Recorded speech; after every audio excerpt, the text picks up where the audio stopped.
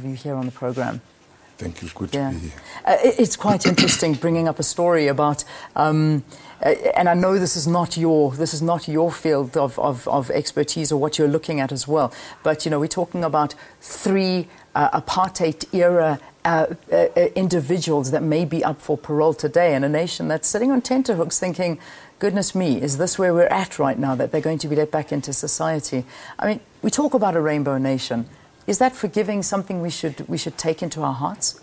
Well, I think you recall that our transition was not an easy one, and part of what made us to start constructing a united nation was through, amongst others, reconciliation in our society.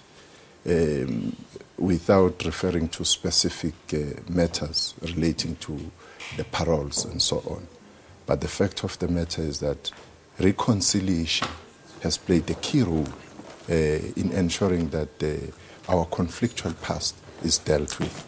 We wouldn't have reached the point we reached in 1994 if we had not chosen this path, because neither of the parties had succeeded to obliterate the other, the apartheid system on the one hand and the liberation movement.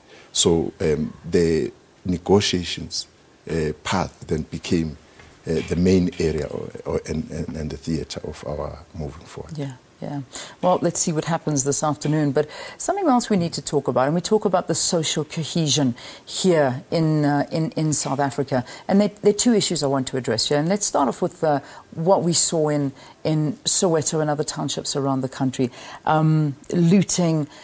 Some saying that it has nothing to do with xenophobia. Others saying it's mere criminality. But I think the nation is divided. Now, what is it, in your opinion? Obviously, I imagine it's a bit of both and some campaigns to develop a way forward to get away from all of this.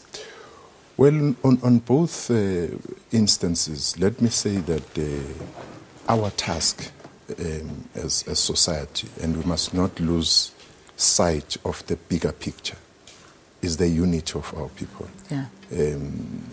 Whatever their backgrounds, we've got to ensure that we unite our society and do all those things which need to be done, forging partnerships and so on. Relating to specific matters, you will from time to time come across certain instances of discrimination and intolerances of whatever nature, be they racism, xenophobia. Actually, if you look at what happened recently, we need to dissect it properly, because you do have elements of criminality in some of the instances, but you also have sentiments which are anti-foreign, which have to be dealt with. And these anti-foreign sentiments are very much directed to Africans. They have nothing to do with other people. Of course, now you have people of Asian origin and so on.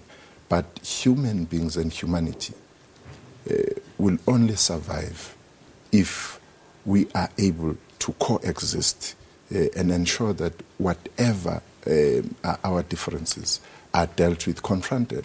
That is why we emphasize more dialogues, as we have been coming from a number of community interaction and conversation with our people, because the construction of a united South Africa, a non-racial and non-sexist South Africa, is ongoing. It started only 20 years. 20 years is not much. If you come to look at the issue of discrimination, you start with the problem of color line, for instance. Even the developed nations are still grappling with that, even today. So it's an ongoing task for all of us to make our contribution. Indeed, it takes a lot of time, it takes a lot of effort from absolutely everyone involved. Now, you and I off air were talking about a story that maybe if you don't live in the area, they haven't heard about it, but there's a particular school, it's called the Cura Foundation in Roodeplaat. Now, there's a story that's come out here where some classes are made up exclusively of either white or black children.